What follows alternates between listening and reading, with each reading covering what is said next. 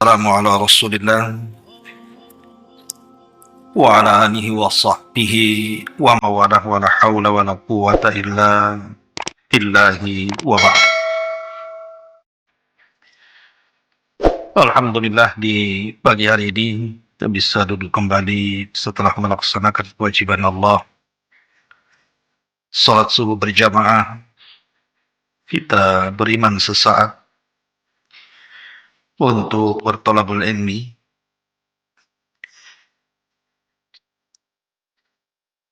Di dalam surah Rum ayat 54, Allah Subhanahu wa taala berfirman,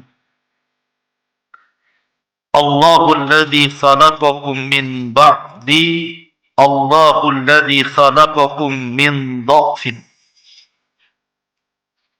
thumma ja'ala min ba'di dha'fin quwwatan thumma ja'ala min ba'di quwwatin dha'fan wa syaibatan yakhluqu ma yasha' wa huwal alimul qadir. Dialah Allah Subhanahu wa taala yang telah menciptakan kalian dari kelemahan. Kemudian Allah Subhanahu wa taala jadikan setelah kelemahan itu kekuatan. Kemudian setelah itu Allah jadikan setelah adanya kekuatan kelemahan kembali dan menua. Begitulah Allah Subhanahu wa taala menciptakan sesuai dengan kehendaknya. Dan dia zat yang maha mengetahui lagi maha mampu melakukan segala-galanya. Ma'asyiral muslimin yang dimuliakan Allah Azza wa Jalla, ayat ini adalah ayat yang menjelaskan tentang perjalanan kehidupan kita. Saya, Anda atau siapapun, maka mereka akan masuk dalam ayat ini.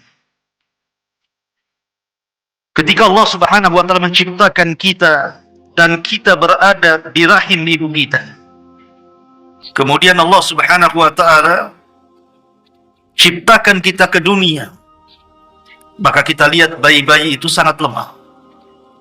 Jangan cerita bergerak, mandang saja tidak, mendengar saja susah, apalagi bicara. Kemudian setelah Allah Subhanahu wa taala besarkan ciptaannya ini, manusia ini, maka mulailah kemudian mata bisa memandang, telinga bisa mendengar, lisan bisa bicara, kemudian otot-otot mulai tampak dan kuat, dan bisa berpikir. Dan jadilah dia manusia kuat. Tetapi setelah itu, Allah Subhanahu wa taala akan kembalikan kita seperti anak-anak. Akan makin melemah dan menua. Begitulah Allah Subhanahu wa taala ciptakan sesuai dengan kehendaknya. Dan Allah maha mengetahui dan maha mampu melakukan segala-galanya. Ma'asyiral muslimin yang dimuliakan Allah Subhanahu wa taala, kematian sebuah kepastian. Karena ada, kalau orang sudah menua, tidak mungkin tua seterusnya. Pasti ada batas ketuaannya, yaitu kematian. Walaupun dia berusaha untuk mengobati tua itu supaya tetap muda, tetap saja kematian itu tidak bisa diobati. Kata Nabi SAW, kullu da'in dawa, setiap penyakit itu pasti ada obatnya. Illa syar, maksudnya kecuali kematian. Kematian itu tidak bisa diobati. Dokter satu dunia berkumpul sekalipun tidak bisa mencegah kematian. Artinya kematian itu bukan sebuah angan-angan. Kalau seorang bercita-cita jadi dokter, bisa jadi, bisa tidak. Kalau orang bercita-cita jadi pilot, bisa jadi, bisa tidak. Kalau orang bercita-cita ingin jadi pengusaha, bisa jadi, bisa tidak. Tapi kematian tidak bisa dicita-citakan. Kenapa? Karena kullu nafsin dha'iqatul maut, setiap jiwa itu pasti mati.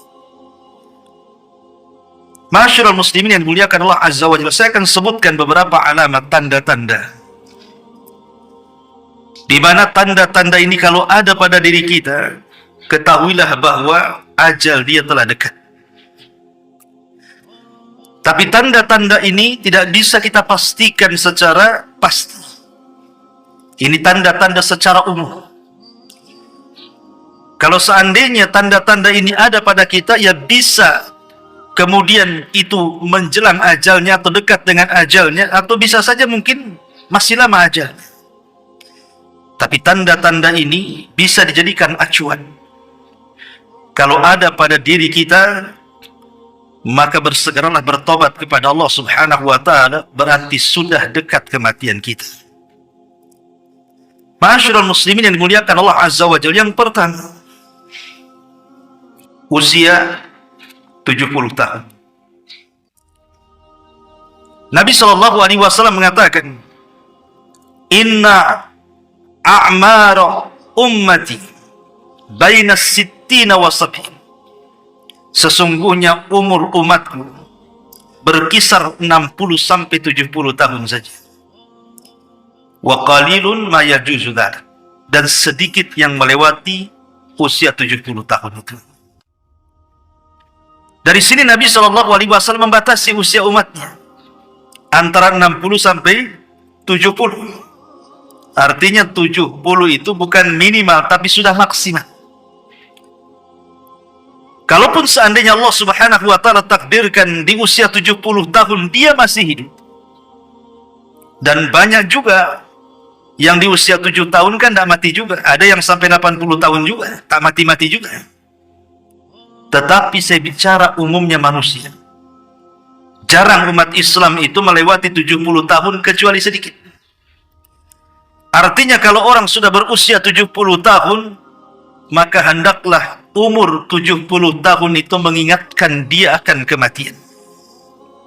Sebab kalau seandainya Allah berikan usia lebih daripada 70 tahun, maka ingat hadis Nabi SAW, khairukum man tala umruhu wa hasuna amaluhu. Sebaik-baik kalian adalah yang dipanjangkan umurnya dan diperbaiki amalnya.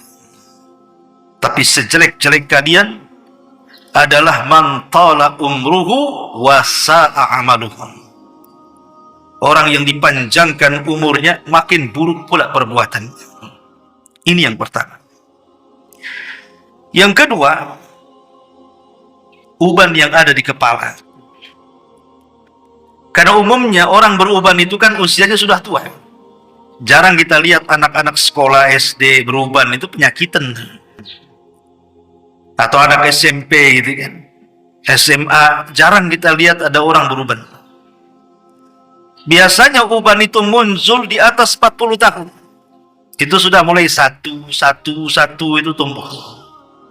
Dan akan melebat di usia 50 tahun, dan hampir keseluruhan rambut akan memutih di usia 70 tahun biasanya. Memang begitu.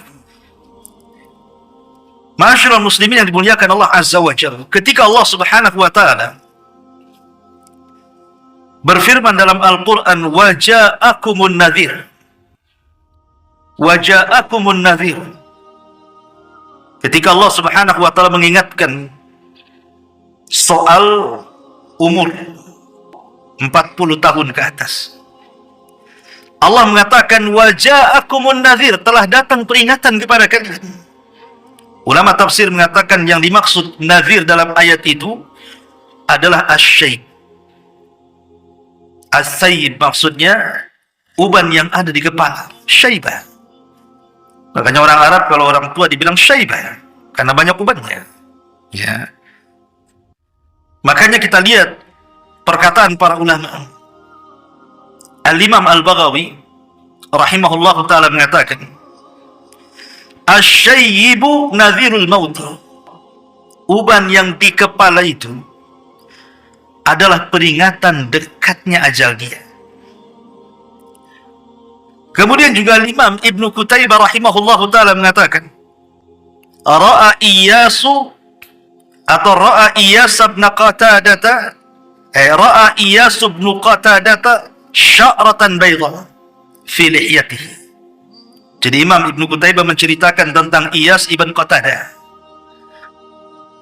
Jadi Iyas ibn Qatadah ini ketika memegang janggutnya, kemudian dipandang janggutnya rupanya sudah berubah. Faqala, dan dia mengatakan, aral maut yatlubuni. Aku sudah melihat kematian sedang mengejar-ngejar aku.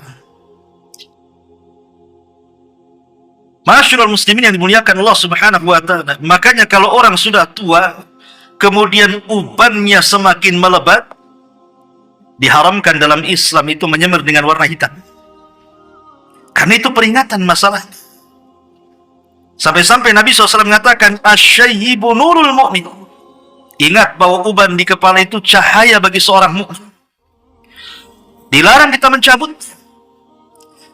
Bahkan Rasul mengatakan, la yashibu rajulun syaibatan fil Islam illa kanat lahu bikulli syaibatin hasanah wa rafa'a biha darajah. Tidaklah seseorang itu beruban dalam Islam kecuali setiap satu helai uban satu kebaikan, dan satu helai uban akan mengangkat derajatnya. Kenapa demikian? Karena uban ini adalah nadhirul maut. Berarti sudah dekatlah ajal kita ini. Ini yang nomor 2. Yang nomor 3 adalah lemah badan. Sebagaimana ayat yang tadi kita baca. Allah Subhanahu wa taala mengatakan, "Tsumma ja'ala min ba'di quwwatin dha'fan." Setelah Allah Subhanahu wa taala memberikan kekuatan kepada kita, maka Allah Subhanahu wa taala akan memberikan kelemahan, dan kelemahan tidak akan dicabut sampai dia mati. Karena sudah tua. Kelemahan ini sampai kepada tingkat dia tidak bisa melakukan apapun. Bahkan yang remeh saja, mengangkat gelas dia tidak sanggup. Ini kalau orang sudah lemas seperti ini, sudah loyo bahasa kitanya, sudah tidak sanggup lagi bergerak, berbaring, tidak sanggup lagi melangkah, tidak sanggup lagi bangun, maka telah dekat kematian dia. Ya, walaupun ada juga yang sembuh kan begitu.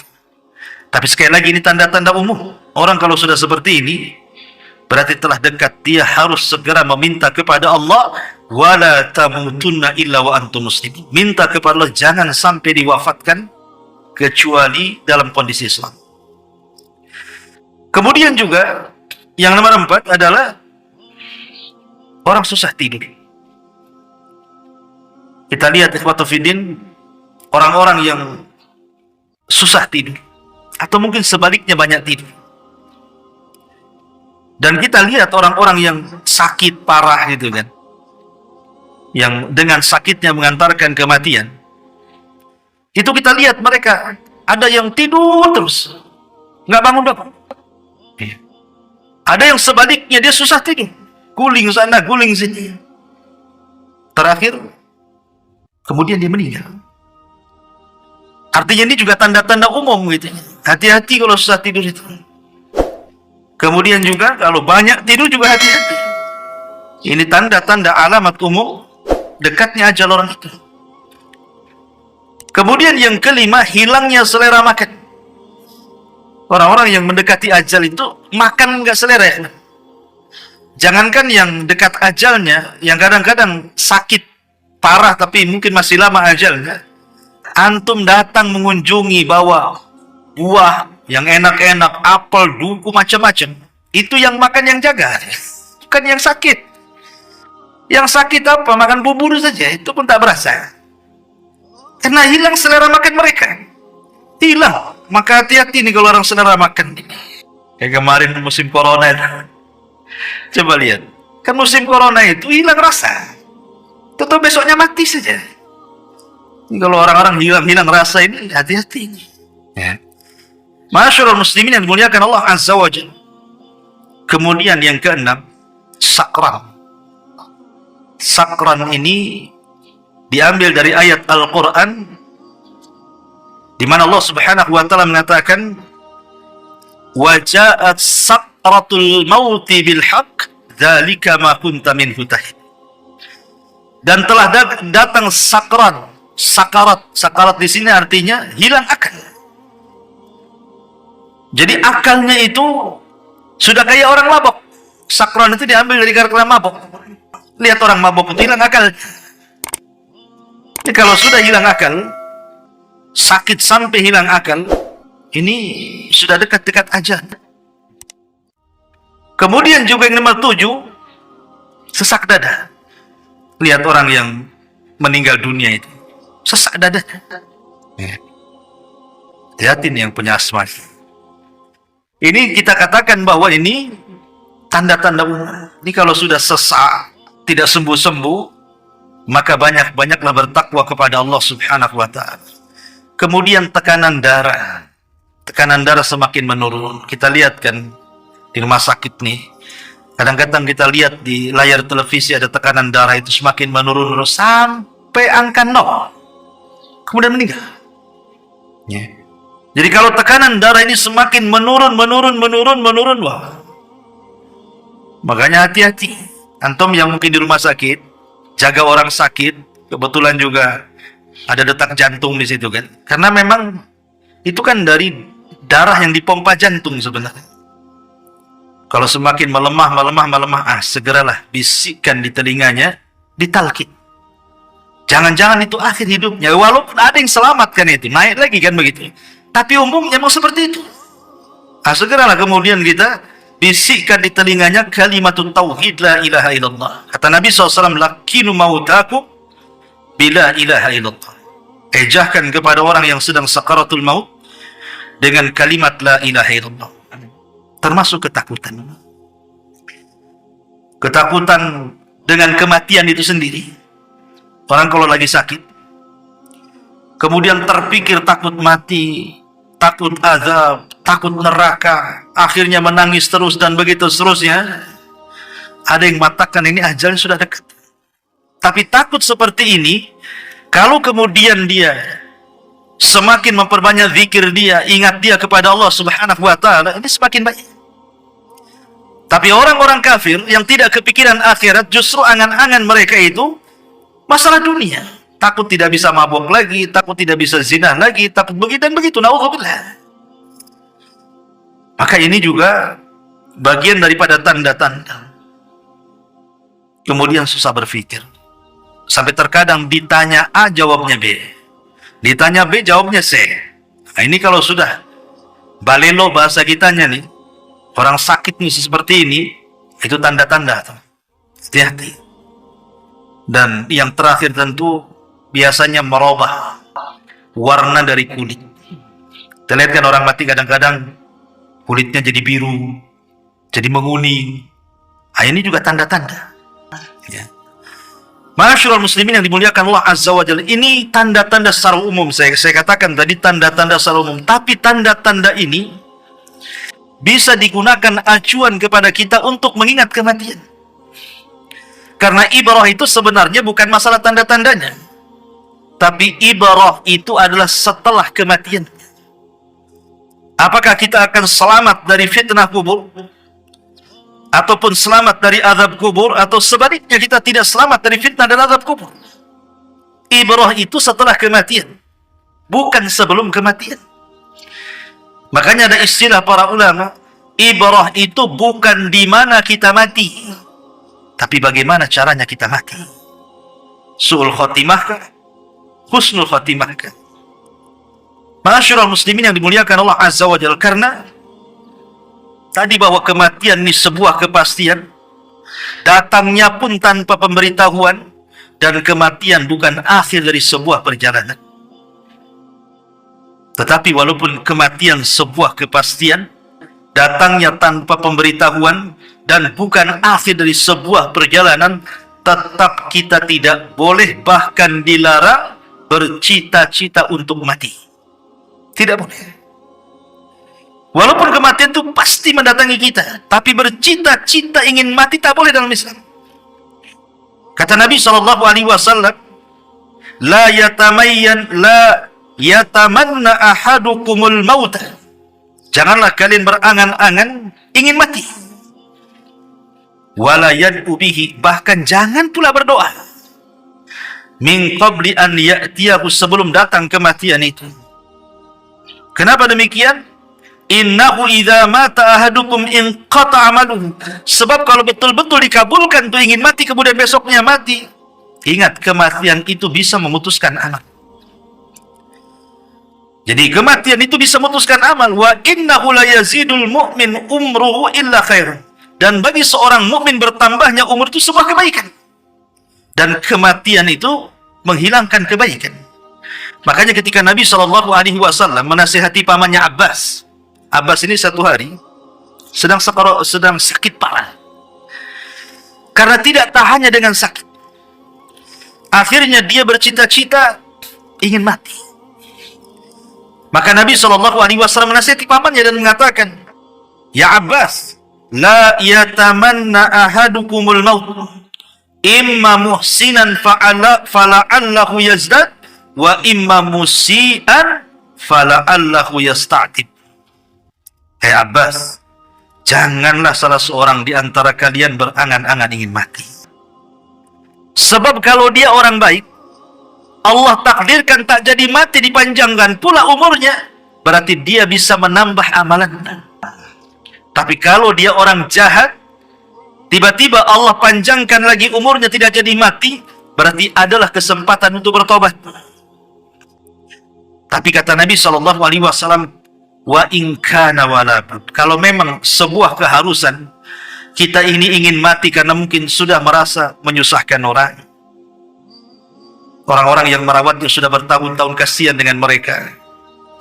Dan dia pun tidak tahan dengan rasa sakit yang dideritanya. Kata Nabi SAW, kalaupun harus berangan-angan, maka berdoalah kepada Allah Subhanahu wa ta'ala. Ya Allah, wafatkan aku. Jika wafatku itu bagimu yang terbaik. Tetapi sembuhkanlah penyakitku jika kehidupan ini baik bagiku. Begitu Nabi SAW mendoakan, atau bolehnya kita berdoa bercita-cita sebuah kematian. Wallahu a'lam bishawab. Ini di antara faedah pagi dan manfaatnya. Subhanaka bihamdika asyhadu an la ilaha illa anta astaghfiruka wa atubu ilaik. Allahu ta'ala alam. Assalamualaikum warahmatullahi wabarakatuh. Intinya bahwa tolong berakhlak kepada Allah. Membahas tafsir dari surah Al-Imran. Lahirlah Imam Muslim, Abi Dawud, Tirmidzi, Ibnu Hibban. Jadi ketika Yunus alaihi salatu wassalam terkena undian itu,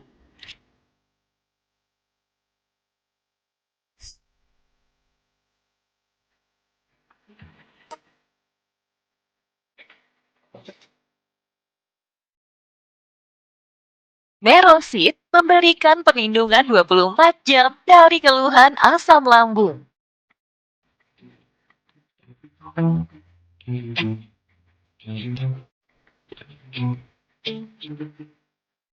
Merosit memberikan perlindungan 24 jam dari keluhan asam lambung.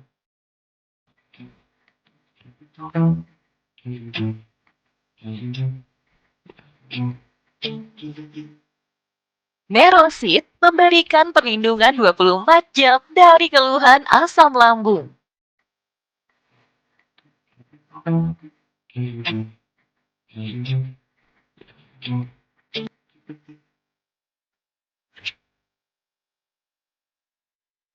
intinya bahwa tolong berakhlak kepada Allah. Membahas tafsir dari surah Al-Imran. Lahirlah Imam Muslim, Abi Dawud, Tirmidzi, Ibnu Hibban. Jadi ketika Yunus alaihi salatu wassalam terkena undian itu,